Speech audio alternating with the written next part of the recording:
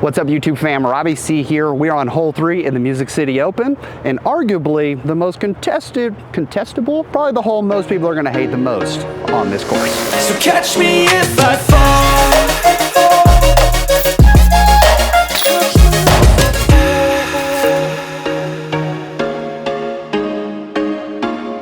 So hole 3 here at the Music City Open is located in the woods right behind me back there. And one of the best parts of this hole is that it is super short at 277 feet. It's coming in as one of the shortest holes on this course during this layout. But I do think that it's going to have a very low birdie percentage because lots of the pro players are approaching this in a way that lots of you approach baskets and holes that you play out on your local course. And that is quite simply, you're always aiming to park the hole. Putting is something that so many folks fear, and we're worried about not being able to hit that putt at 15 or 20 feet. So we want to get as close to the basket as possible, which means that when we're throwing our upshots or throwing our drives, we're often trying to land as close to that hole as we possibly can. But sometimes when you get to elite course level design, and really just, I would say, great course design, it's not always the best shot or the highest percentage shot to try to put it underneath the basket. Sometimes the best option that we have in front of us is to quite simply trust your putt.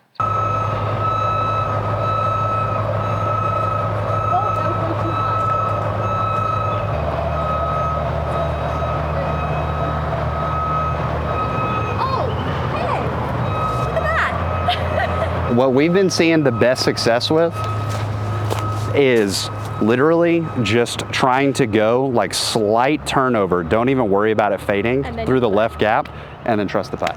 Like, because at 270, you can get a mid there, like an M4 or something on a slow turnover.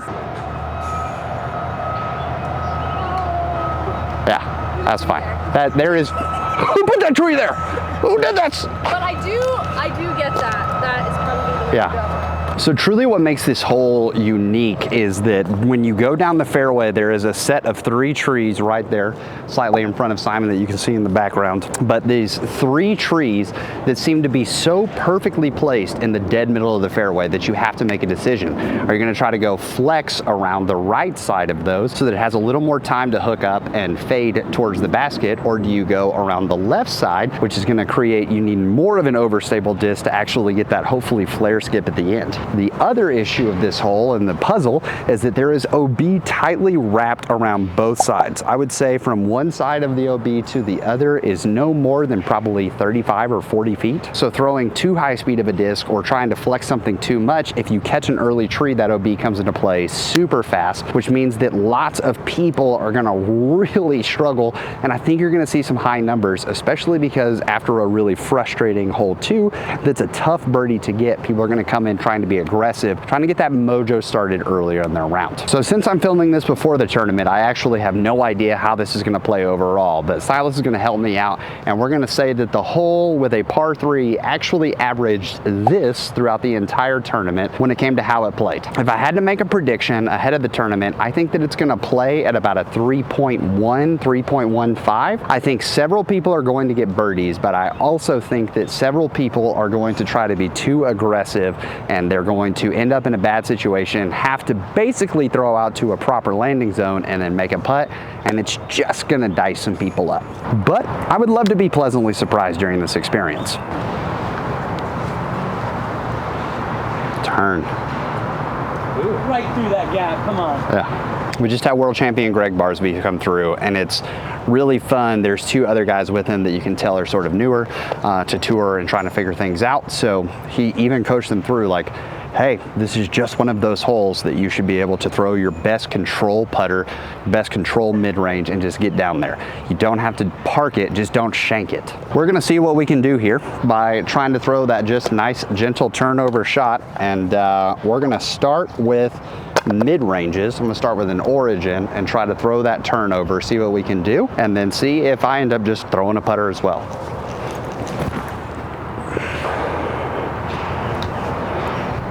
Okay, so that one came in really fast. A little more stable with the hex. That ain't it. Okay, we'll try Precious Child.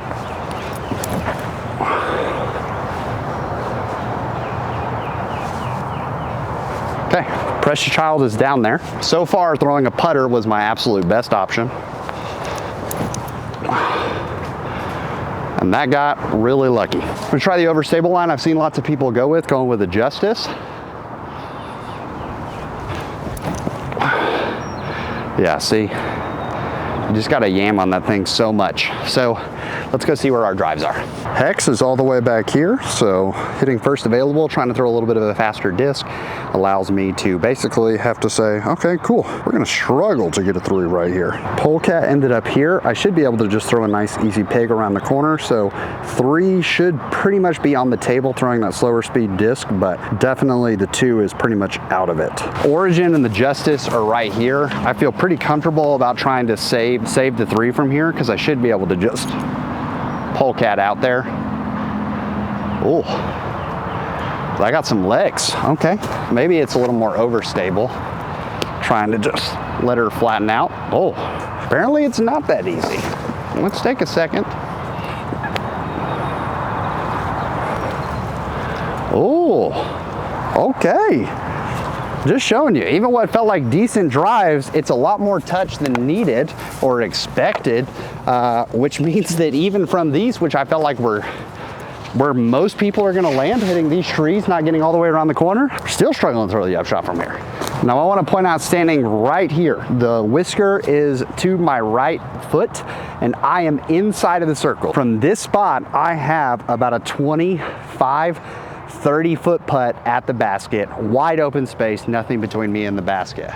If I step out of the way, you're gonna see that it's just a turnover all the way to this point. And even if I were to get my turnover to hit right here, it would skid its way a little bit forward. And even if I hit from right here, I still have a 35-foot putt, which would probably be, even for most of the step putt people, like a dream. Precious Child, which was the best shot that turned its way over, actually kind of burned over way too much, found its way out here, which is the chance, if I was better at my spin putt. Yeah, there you go. That's for you, Strauss. I had the chance to actually get up there. Simple 3. I'm walking away with my par almost guaranteed. And we can even show you, I'm gonna show you where my bag is here. So from right here, if my disc lands, the whisker's right there. This is very easy from the turnover spot. And I have myself the opportunity for the 2. Simply because I didn't want to just park the basket. I trusted the putt. We've put in so much work harnessing other parts of our game rather than just our drives or just our accuracy. We build the putt because having a solid putt is such a valuable tool to have while you're out there on the course. So that's going to wrap it up today from hole 3 at the Music City Open. My biggest piece of advice that I truly would offer is just the words, trust your putt. Like I said, so many pros, I'm sure you're going to hear about it, are going to complain about this hole, which is actually a little crazy to me, because when I think about this hole, I think about the fact that, man, these are the professionals. They are better at putting than pretty much all of us. And so they should trust their putt way more than we do. And yet I think that maybe the distance changes a little bit at what range they feel like they can comfortably go for laying it up and trusting their putt than maybe you watching this video at home. But perhaps you've been working on your putt a lot. So don't be afraid to utilize that tool you have in your box rather than just aiming at the basket every single time. As always, I want to say thank you for watching and thank you for supporting this channel as you do. I hope you have an amazing rest of the week and that you can make it fantastic for someone else too. Ready for a great week here at MCO, and you guys are already going to know how this went because the video is coming out afterwards. So for now, we're going to leave you with the birdie.